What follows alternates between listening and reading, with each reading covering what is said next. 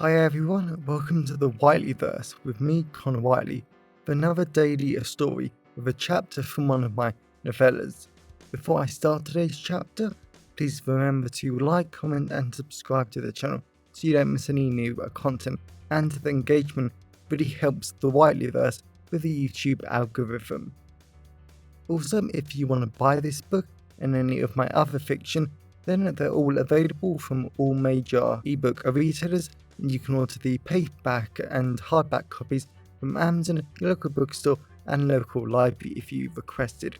Also, if you want the AI generated audiobook, then you can get it from selected audiobook platforms and library systems like Kobo, Spotify, Barnes & Noble, Google Play, Baker & Taylor, Biblioteca and Overdrive.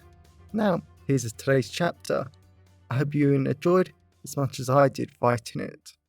Chapter 2. Dr. Callum Buck sat on a large gray metal platform with plenty of little metal hovering tables, chairs, and people organized in neat little rows overlooking an absolutely stunning mountain range. The people sitting at the little tables were mainly all posh snobs of the science, political, and military worlds that saw Terraforma as their holiday home. Callum had never been keen on coming to Terraforma before because he was a geologist by trade and loved focusing on the geographical forces that played, shaped and manipulated a planet's surface to create the structures and formations that everyone saw today. Callum watched the other people at the table closest to him. They were a wonderful young couple who looked like they had just made professor at their university, judging by the happiness, youthfulness, and sheer ignorance on their faces. They were wearing a wonderful black dress for the lady and a freshly pressed blue suit for the man. The man looked really hot, and Callum had to force himself not to keep staring because the man was just sheer perfection. But he also forced himself not to go over to the table and give the two new professors some tips about how to survive university politics, departmental wars, and all the hidden things that happened behind closed ears. It was a sheer nightmare, and Callum was so glad that he had given up university lecturing a few decades ago. And now he researched his own academic textbooks, wrote them up, and occasionally consulted for the Martian government about how the geography of a planet would impact their Forge world operations. Callum wasn't exactly sure if he enjoyed consulting for Mars very much because the Martians were just weird, cold, and not human at all. But they were part of the Empire, and that was good enough for him at times. Callum forced his attention away from the cute man and his girlfriend, and wrapped his hands around his own large piping hot mug of spiced coffee. Callum loved the sweet hints of vanilla, coca, a local form of the coca bean that was only found on Terraforma, and the rich spiced flavor of the cinnamon. It was amazing how the ingredients on the world seemed to be richer, thicker, and have a more intense flavor than those on other worlds. Of course, there were numbers of geographical factors that could impact the flavor, and Callum was really excited about finding out and researching them all. "Our guest should be joining us shortly," a woman said. Callum smiled at his best friend and old professor Dr. Luna Goodman, who was wearing a thin black jumper, some hiking boots, and black trousers.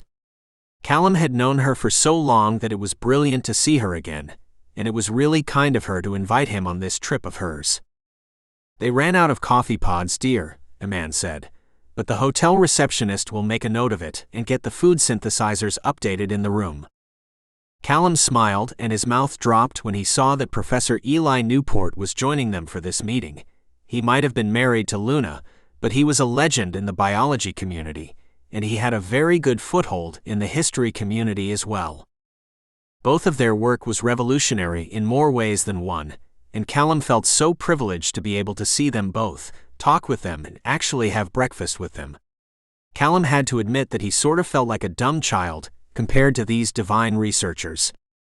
In an effort to make his brain return to working normally in the presence of these amazing people, Callum looked out over the stunning mountain range.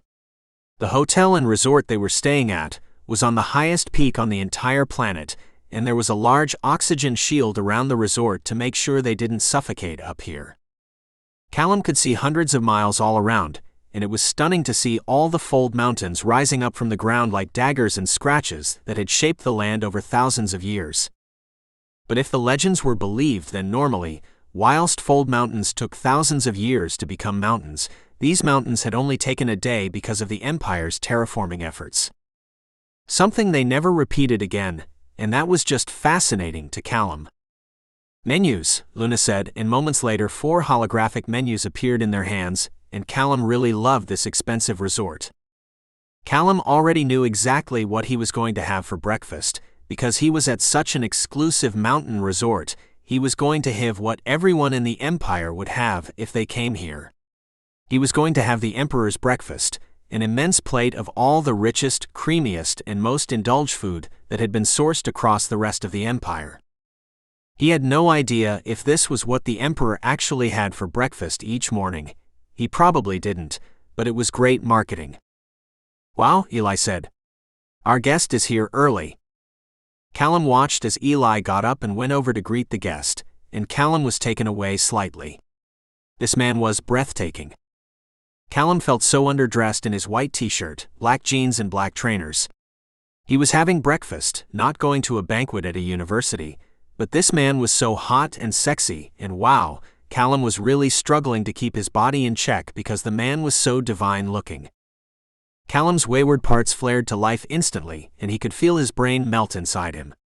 He really loved the man's pointy, handsome face that showed a wonderfully strong jawline, deep orange eyes that looked radiant in the sun, and the man just looked like he had fallen from heaven, as the old Earth legends used to say. The man was so perfect that Callum knew that he was going to enjoy this project a lot more than he felt like he had the right to. Welcome back everyone, it's me again, Colin Whiteley.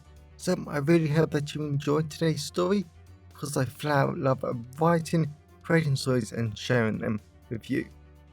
If you really enjoyed today's story, then please remember to like, comment and subscribe to the channel so you don't miss any new content, and the engagement really helps the Whiteleyverse with the YouTube algorithms.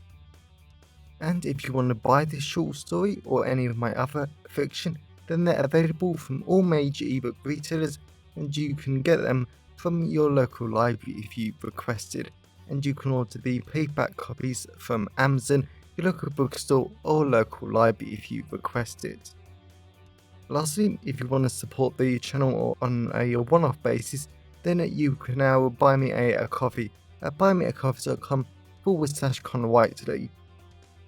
Also, if you know anyone who would enjoy today's story, then please share it with them. I'm always really grateful when you wonderful people help spread the word about the channel. So, thanks for watching the Whiteleyverse, and I'll see you again soon. Have a great day, everyone.